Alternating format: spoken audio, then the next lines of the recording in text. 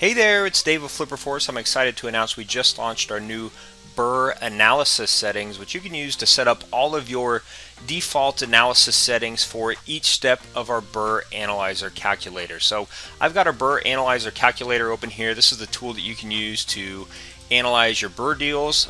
Basically, you can analyze the buy and the rehab to determine how much short-term equities in the deal when you buy a distressed property up front, do some renovations to the property to increase the property value.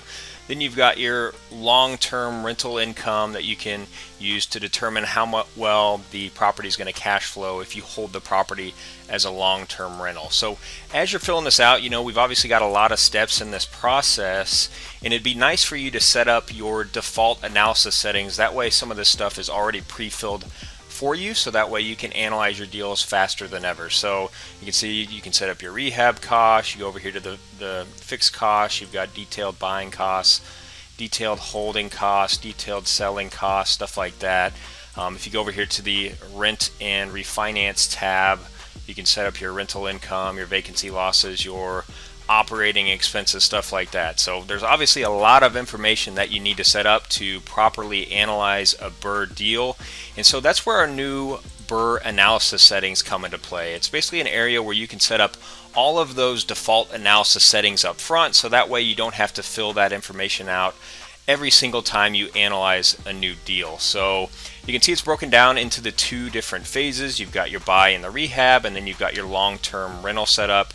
And so the first phase is just going to be basically the repair costs, your fixed costs, which is your buying, holding, and selling costs. So if you want to set up some default settings here for your repair costs, maybe on average you're spending about $35 a square foot, you can plug that in there as a default value for your dollar per square foot amount. If we go down here to the buying costs, holding costs, selling costs, you can say maybe on average we're spending around 2% of the purchase. You could set up your itemized buying costs here in case you want to do a detailed itemized breakdown. You can add in your own buying costs here, add in what those costs would be, whether it's a dollar amount or a percentage, and you can build out your own list here. So if you want to delete some of the stuff or change this, customize it, all of this information will feed back over to the BRRRR Analyzer tool every time you create a new analysis.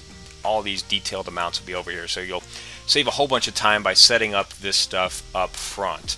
Again, you got the rehab timeline, you got how long it takes you to get a tenant in place.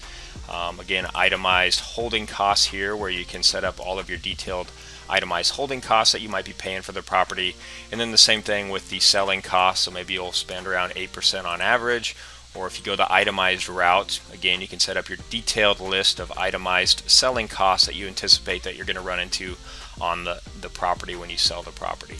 And then you've got your financing costs here. So if you're an all-cash investor, you can just leave that as all cash. But if you are going to be using a bridge loan to initially purchase your property, you can set up the typical terms that you'd have for your bridge loan here. So let's say that, if you're going to use a short-term hard money loan to initially buy the property, you might pay around 12%. And maybe you're planning on having the loan for about 6 months and paying 2 percentage points up front. So now we've saved the initial first phase, and so that's the first phase of the BRRRR Analyzer that you use to determine how much sweat equity is in the deal when you buy a property and then rehab it.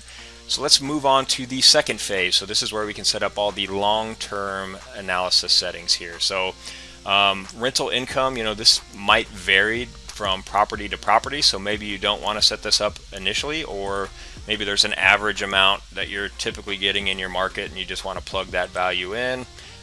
You can do that here. So let's just say on average our properties that we're BRRRRing are about $1,500 a month, so we're going to plug that in, so that's initially plugged in there. For vacancy loss, let's say on average we are going to have vacancy for 1 month per year, so we can plug that in. Otherwise you can do a percentage of the year. Some people do 5% or 8.333%, which is the same as 1 month out of the year.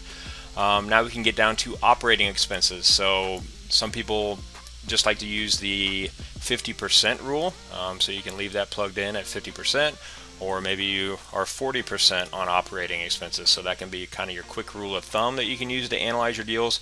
Or you can use the itemized option and build out an itemized list of all of the typical property taxes, insurance, stuff like that that you might encounter on a typical property here. So we can plug some of that stuff in here. and maybe we're going to spend about 5% of rent on repairs and maintenance. We're going to spend 10% on property management and $1,000 per year on turnover. And so that's a pretty decent typical list that we might run into there.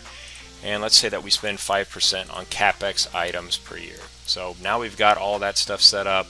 Now we can set up our refinance loan. And so this is the long-term loan that we're going to use to refinance the property with a lower interest rate mortgage. So let's say that on average we're going to have about 4% annual interest rate, and the term is typically going to be about 30 years, and maybe there's 2 points to refinance.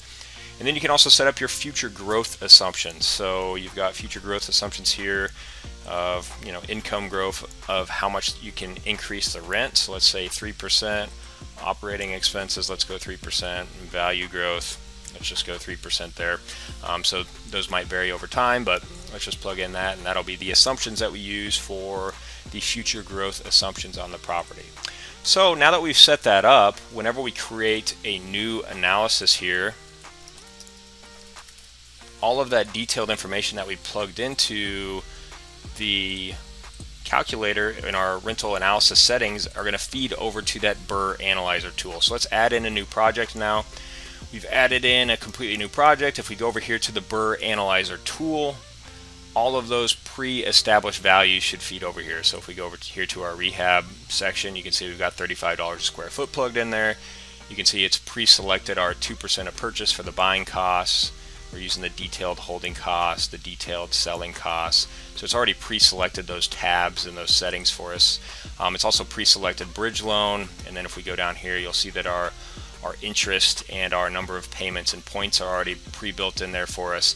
So this will save us a lot of time when we are analyzing our deal. Hopefully it'll eliminate 90% of the data entry, so that way we can just quickly analyze our rental deal. So same thing over here on the long-term rent and refinance. You can see our monthly rents already pre-plugged in there. We've got vacancy and credit losses already set up as 1 month. We've got our detailed operating expenses already set up in here as well. We've got our CapEx plugged in, and then we've got our long-term refinance loan here, so you might have to toggle that. But you can see that it's got our annual interest rate here, the term already plugged in there. Let's say that we're going to do it as a percentage of the ARV, which we might not have plugged in, but anyways, all of that stuff is already preset up for you, so that way you can quickly run through this process. And now we can click finish, and our deal will be analyzed. So hopefully that eliminates a whole bunch of data entry for you, about 90% of it. We'll continue to kind of work on this to hopefully provide more automation for you in the future. So hopefully in the near future we'll be able to plug into a data API that'll automatically pull in your after repair value. It'll automatically pull in rental income, approximate rental income estimates, stuff like that. So then that will eliminate even more data entry for you, and you'll really be able to just analyze a deal in a matter of seconds. So that's where we're headed. Again, hopefully you like that new rental analysis settings. You can access that up here from the top nav bar and clicking on BRRRR Analysis Settings there, and you can set that up. So hopefully you like that. If you have any other suggestions or questions, let us know.